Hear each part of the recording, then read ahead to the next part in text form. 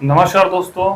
आज हम जानेंगे कि रिटर्न्स कितने टाइप के होते हैं। जो भी हम अपनी इन्वेस्टमेंट करते हैं, एफडी हो, आरडी हो, स्टॉक मार्केट में इन्वेस्टमेंट हो, म्यूचुअल फंड में इन्वेस्टमेंट हो, चाहे कहीं भी हम अपने पैसों को इन्वेस्ट करते हैं और कुछ समय बाद जो हमें रिटर्न मिलता है वो किस टाइप का रिटर्न है, वो किस प्रकार का रिटर्न होता है।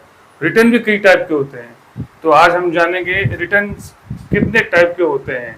एब्सोल्यूट रिटर्न, जिसको आरओआई कहते हैं, यानी return on investment. Annualised return, CAGR return है, आईआरआर रिटर्न, एक्सआईआरआर रिटर्न और सिंपल रिटर्न। ये 6 प्रकार के रिटर्न के बारे में हम जानेंगे।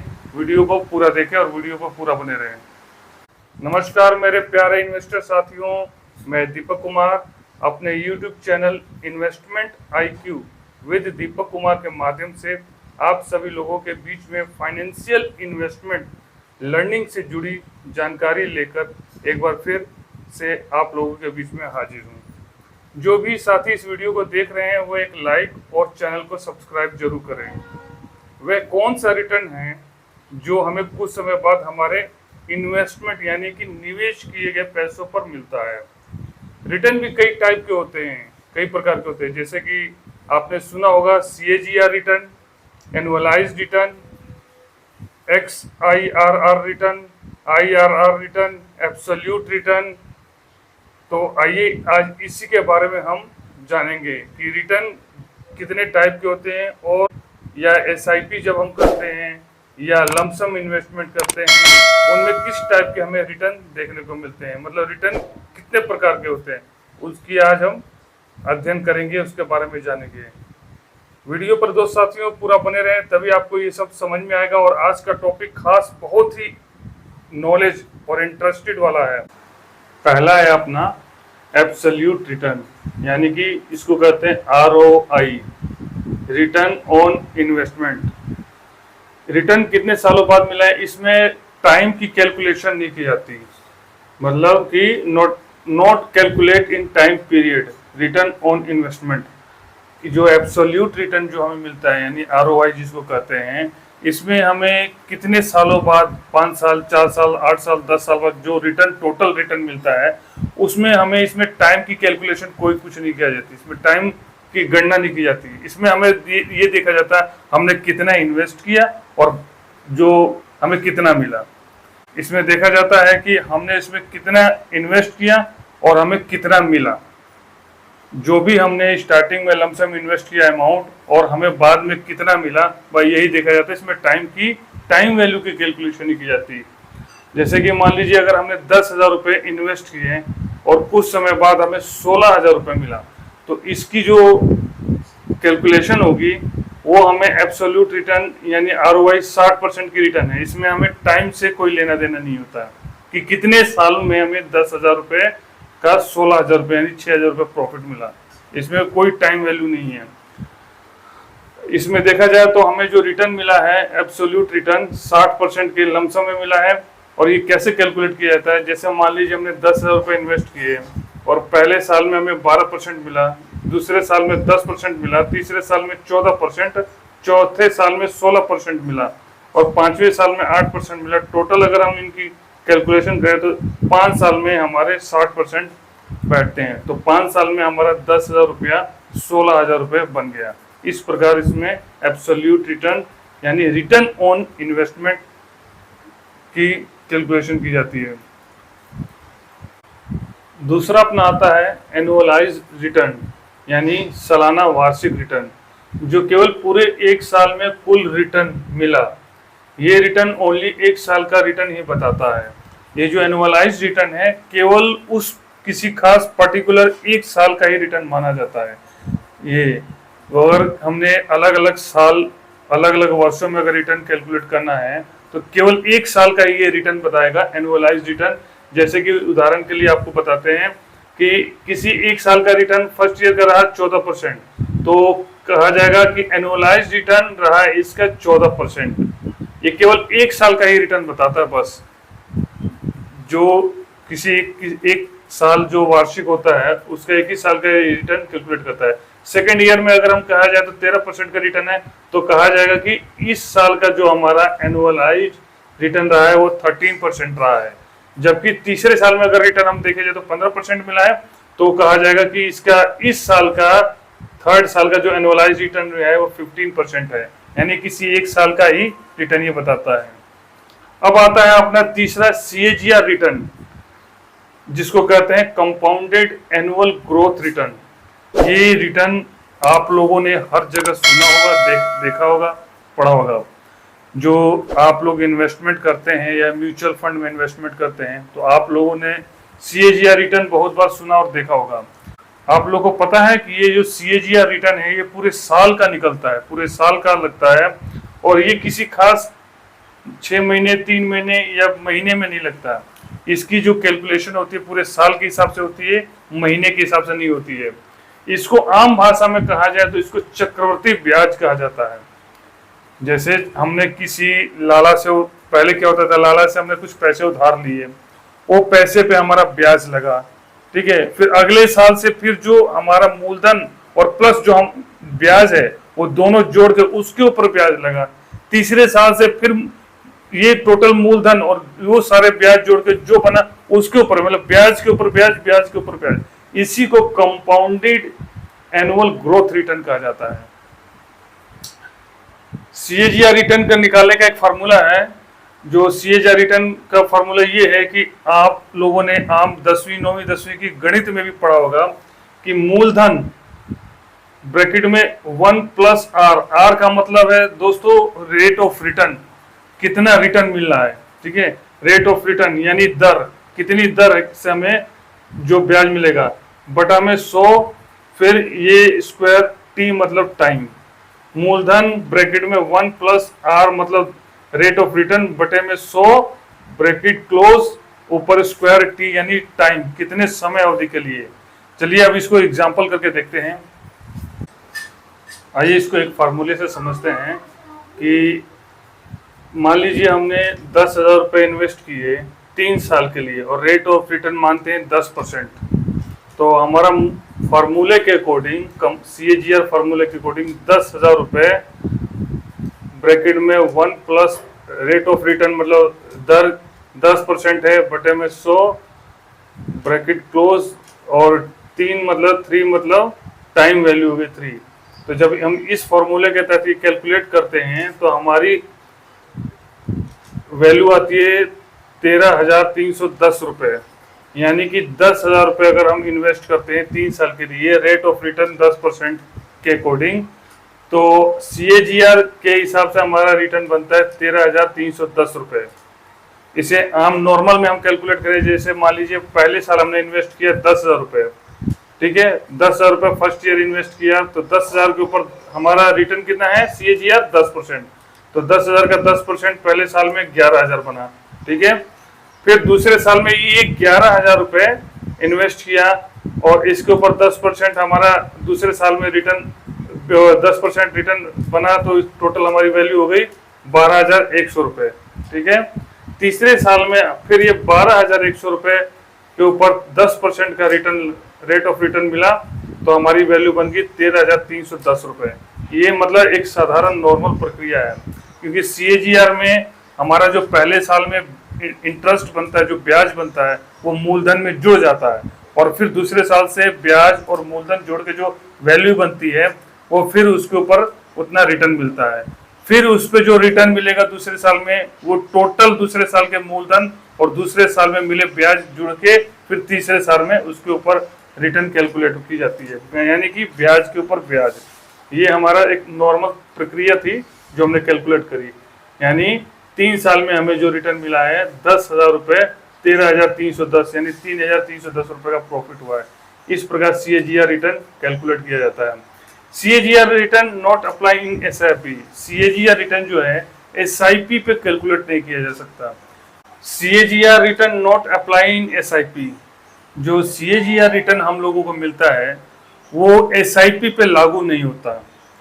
आप लोगों ने बहुत बार देखा होगा कि SIP की जो रिटर्न कैलकुलेट की जाती है वो CAGR में की जाती है, वो सरासर गलत है, वो तरीका गलत है। एसआईपी की जो रिटर्न हमें एसआईपी जो हम करते हैं उसका जो रिटर्न मिलता है उसको हम सीएजीआर में कैलकुलेट नहीं कर सकते, वो तरीका गलत रहता है।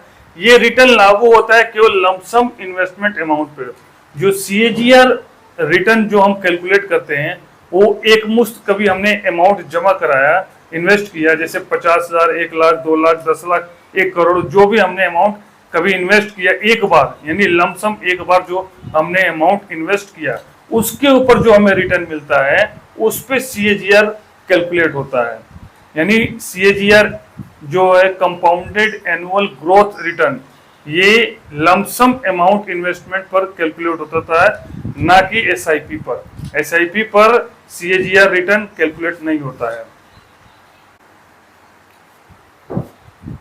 सीएजीआर रिटर्न जो हमारी लमसम में है तो वो लमसम में इसलिए कैलकुलेट की जाती है कि मान लीजिए 1 मई 2024 को अगर हमने 10,000 रुपये इन्वेस्ट किए, एक मुश्त लमसम 1 मई 2024 को 10,000 रुपये इन्वेस्ट किए, तो 1 मई 2025 यानी कि 1 साल बाद हमें 12,000 रुपये मिलते हैं, यानी हमें 2,000 रुपये का प्रॉफिट होता है।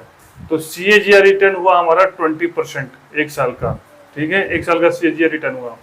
इसी प्रकार अगर हम एसआईपी में अगर हम देखें तो 1 मई 2024 को अगर हम 1,000 रुपये की एसआईपी करते हैं और इसी प्रकार 1 जून 2024, 1 जुलाई 2024 हर महीने हमारी 1,000 रुपये की एसआईपी जाती है जो 1 मई 2024 से स्टार्ट है। तो अगर हम देखें तो 1 मई 2024 को अगर हमारी फर्स्ट एसआईपी जो 1,000 रुपये की गई तो वो तो पूरे 1 साल बाद यानी कि 30 अप्रैल 2025 यानी कि 1 मई 2025 को हमारा पूरा 1 साल कंप्लीट होता है। तो हमारी इस 1 मई 2025 को अगर हम रिटर्न कैलकुलेट करेंगे तो हमारी 1 साल की हमारी सीएजीआर रिटर्न आएगी। बट अगर हमारी जो जून की एसआईपी गई है 1,000 रुपये, उसको तो 1 मई 2025 में अगर हम कैलकुलेट करें तो साल तो लगा नहीं, तो 11 महीने हुआ, इसमें हमारा 12 महीने हुआ, इसमें हमारा 11 महीने हुआ, इसमें हमें 10वां महीने हुआ, इसमें 9वां महीने हुआ। तो इसलिए अगर हमने 1 जून 2024 को जो हमारे 1,000 रुपये की एसआईपी गई है और हम 1 मई को अगर हम रिटर्न सीएजीआर कैलकुलेट करेंगे तो इसको तो 1 साल लगा नहीं, ये तो अभी 11 महीने हुआ। इसी प्रकार जो 1 जुलाई 2024 को हमारी जो 1,000 रुपये की एसआईपी गई है और अगर हम 1 मई को रिटर्न कैलकुलेट करते हैं सीएजीआर तो इसको तो अभी 10 महीने हुए हैं। ये भैया जब जुलाई का महीना आएगा, 1 जुलाई 2025 आएगा, तब ना जुलाई से जुलाई 1 साल होंगे पूरे। तो इसीलिए ये एसआईपी में सीएजीआर रिटर्न कैलकुलेट नहीं होता। सीएजीआर रिटर्न कैलकुलेट होता है केवल लमसम एक मुश्त अमाउंट पर। ये आप लोग को अच्छे से समझ आ गया होगा, समझ आ गया ना दोस्तों। चैनल को लाइक करें और कमेंट करके आप लोग सवाल भी पूछ सकते हैं। सवाल पूछने में कोई झिझक मत रखिए। और हाँ, एक बात हमेशा ध्यान रखिए, चैनल को सब्सक्राइब करना ना भूलें। आप लोग चैनल को सब्सक्राइब करें। इसी तरह इन्वेस्टमेंट लर्निंग से संबंधित सारी जितनी भी ज्ञान का भंडार है ना दोस्तों, मेरे इन्वेस्टर प्यारे साथियों, आप तक मैं पहुंचाऊंगा। लेकिन एक चीज है, आप लोग मेरे चैनल को सब्सक्राइब करना ना भूलें। जिन्होंने अभी तक नहीं सब्सक्राइब किया है और मजे से वीडियो देख रहे हैं, भाई सब्सक्राइब कर लो चैनल, तभी आप लोगों को मेरी सारी जो भी वीडियो मैं भविष्य में लाऊंगा वो आप तक पहुंचती रहेगी। ठीक है दोस्तों, ये आप लोगों को समझ में आ गया। आगे आते हैं अपना, अब आते हैं हम अपने आईआरआर रिटर्न यानी कि इंटरनल रेट ऑफ रिटर्न के बारे में। ये जो आईआरआर रिटर्न जो होता है ये एसआईपी, आरडी इत्यादि जो हम हर महीने जो एसआईपी करते हैं म्यूचुअल फंड में या स्टॉक मार्केट में, तो ये उसके ऊपर कैलकुलेट किया जाता है। जैसे पिछले हमने देखा कि सीएजीआर लमसम अमाउंट पर कैलकुलेट किया जाता है रिटर्न, और एसआईपी और आरडी जो म्यूचुअल फंड के रिटर्न होते हैं उस पे आईआरआर रिटर्न कैलकुलेट किया जाता है या एक्स आईआरआर रिटर्न कैलकुलेट किया जाता है। सही रिटर्न जो एसआईपी की है, जो एसआईपी की रिटर्न कैलकुलेट मानी जाती है, वो आईआरआर रिटर्न या एक्स आईआरआर रिटर्न में मानी जाती है।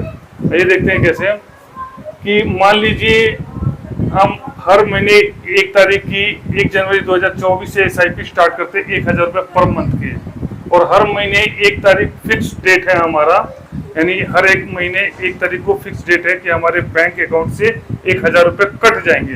और SIP हमारी चलती रहेगी। जैसे 1 जनवरी 2024 को 1000 रुपये की SIP चली, 1 फरवरी 2024 को 1000 रुपये की SIP चली, 1 मार्च 2024 को 1000 की SIP, इसी तरह करते करे 1 दिसंबर 2024 तक 1000 रुपये की हमारी 12 महीने तक हर महीने 1 तारीख को SIP डिडक्ट हो गई और हमारी टोटल जो SIP अमाउंट है 12,000 रुपये 12 महीने में हमारे बैंक अकाउंट से डिडक्ट हुई और SIP में जुड़ी। तो टोटल 12,000 रुपये हमारी SIP इन्वेस्टमेंट वैल्यू हुई। अगर 1 जनवरी 2025 अगले साल 1 जनवरी को हमें टोटल 13,000 रुपये मिल रहा है, हमारी SIP डिपॉजिट अमाउंट 1 साल में 12 महीने में 12,000 है और 1 जनवरी 2025 को हमें 13,000 रुपये मिल रहा है, वो जो हमारी SIP म्यूचुअल फंड में जो SIP रेगुलर प्लान है, जो हर महीने की 1 तारीख को हमारी SIP जा रही है, वो रेगुलर प्लान के मुताबिक हमारी 12 महीने में 12,000 रुपये, 1 जनवरी 2025 को हमारा 13,000 रुपये मिल रहा है हमें। तो हमें 1,000 रुपये का प्रॉफिट हुआ, यहाँ 1,000 रुपये का प्रॉफिट हुआ। जो हमें 12 महीने की SIP में हमें 1,000 रुपये का जो प्रॉफिट हुआ है, ये जो रिटर्न मिला है, इस रिटर्न को हम IRR रिटर्न के हिसाब से कैलकुलेट करते हैं। आप लोगों ने देखा होगा म्यूचुअल फंड में जो भी हमें रिटर्न मिलता है वो IRR रिटर्न या XIR रिटर्न के हिसाब से वो हमें रिटर्न मिलता है। तो इसमें कंफ्यूज होने की बात नहीं है। अब आते हैं अपना XIRR रिटर्न। XIRR रिटर्न मतलब extended internal rate of return. इसमें क्या होता है कि नॉट रेगुलर SIP या SIP date every month not fix. इसमें ये होता है कि जैसे हर महीने हम SIP एक डेट फिक्स होती है, जब हम SIP स्टार्ट करवाते हैं हर महीने की 1 तारीख को फिक्स कर देते हैं ताकि उस महीने की हर महीने की डेट उस तारीख को हमारी SIP बैंक से डिडक्ट हो जाए। जैसे यहाँ हमने IRR रिटर्न हर महीने 1 तारीख मैंने चूज कर लिया कि भैया हर 1 तारीख को आएगा, बैंक अकाउंट से मेरे SIP की वैल्यू कट जाएगी। तो हर महीने की 1 तारीख को मेरी 1,000 रुपये SIP डिडक्ट होके वो मेरे म्यूचुअल फंड में SIP गई। लेकिन XIRR में हमारी कोई महीने की डेट फिक्स नहीं होती है। कई बार हम आगे पीछे कर देते हैं, कई बार किसी मंथ को किसी महीने हम SIP नहीं जमा कराते, यानी वो स्किप हो जाती है। तो इसमें हमारी SIP डेट फिक्स नहीं होती है हर महीने। SIP तो हम स्टार्ट करते ही हैं XIRR में। जैसे कि मान लीजिए 1 जनवरी को हमने SIP करी 1,000 रुपये, 1 फरवरी को हमारी SIP गई 1,000 रुपये। अब मार्च में हमारी SIP जा रही है 12 मार्च को, है तो हमारी डेट फिक्स नहीं हुई 12 मार्च को। अप्रैल में जा रही है 8 अप्रैल को, 1 मई को, फिर मई में जा रही है 1 तारीख को SIP, फिर जून में जा रही है 15 तारीख को SIP, जुलाई में हमने SIP स्किप कर दी किसी कारणवश, पैसे ना होने के कारण बैंक में जुलाई में हमारी SIP नहीं गई। फिर 1 अगस्त को SIP जा रही है 2,000 रुपये, जुलाई अगस्त दोनों की मिल गए। तो इस प्रकार जो XIRR रिटर्न होता है वो एक फिक्स डेट, महीने की SIP तो जाती है लेकिन कोई फिक्स डेट नहीं होता इनका। तो इस वजह से इसको extended internal rate of return not regular internal या SIP फिक्स डेट, मतलब ये कोई रेगुलर SIP नहीं होती जो हमने इसमें रेगुलर एक फिक्स डेट को SIP करी है, जो फिक्स होती है कि हमारी इस महीने को SIP जाएगी ही जाएगी, तो 1 तारीख को जाएगी। अगर हमने 5 तारीख डेट चूज करी तो 5 तारीख को जाएगी। बट इस केस में XIRR जो रिटर्न म्यूचुअल फंड देते हैं उसमें हमारी SIP जो डेट होती है वो एक फिक्स नहीं होती। किसी किसी महीने हम SIP स्किप कर देते हैं, कभी कभी हम SIP में से कुछ वैल्यू निकाल लेते हैं, तो उसको XIRR यानी कि extended internal rate of return कहते हैं। दोस्तों ये जो रिटर्न है SIP के रिटर्न है वो लमसम से लॉन्ग टाइम में देखा जाए लमसम वैल्यू से काफ़ी इम्प्रूव होती है। वो इसलिए होती है, मैं आपको बताता हूँ कि हम जो SIP करते हैं और जो लमसम करते हैं तो SIP में हमें बेनिफिट ये मिलता है लंबे लॉन्ग टर्म के लिए कि जैसे मान लीजिए मार्केट है, ये मार्केट का चार्ट है, ठीक है, मार्केट का ग्राफ है। तो मान लो अगर हमने यहाँ SIP स्टार्ट करी और यहाँ लमसम स्टार्ट किया तो हमारी SIP हर महीने के हिसाब से जाती है।